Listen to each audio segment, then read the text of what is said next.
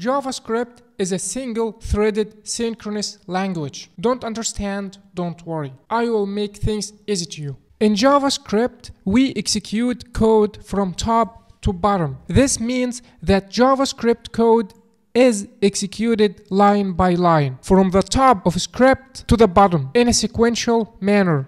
Let me show you. If we create console.log 1 here in line number 4, and create here another console.log here in line number 7, console.log 2, and finally console.log 3.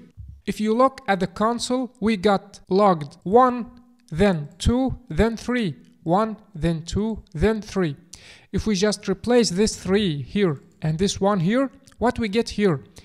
3, 2, 1, 3, 2, 1. So JavaScript execute code from top to the bottom. Let me give you another example. If we have a variable, let x equals to 5. Okay, what is the value of x? Is 5. This x contains 5. If we console.log x, now x is a 5. Okay, what if we just update x to make it 10? Look, when we update x, it become 10. But what if we just console.log x here? Oh, it got 5. So let's remove this line of code to make things easier.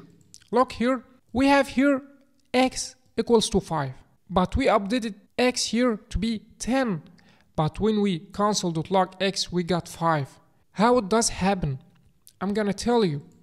Because here x contains 5, so x equals to 5. Here x is still 5. Here x is still 5. Here x is still 5. And when we console.log it, we got a 5. Because JavaScript execute the code from top to the bottom. Okay? But if we just move this code here, now we got here x of 10. So x here is 5 here and here and here, but when we updated it, it become 10. So that was our lesson today. I hope this lesson is easy. If you have any questions, just leave it in the comments. Thanks for watching and see you in next lesson.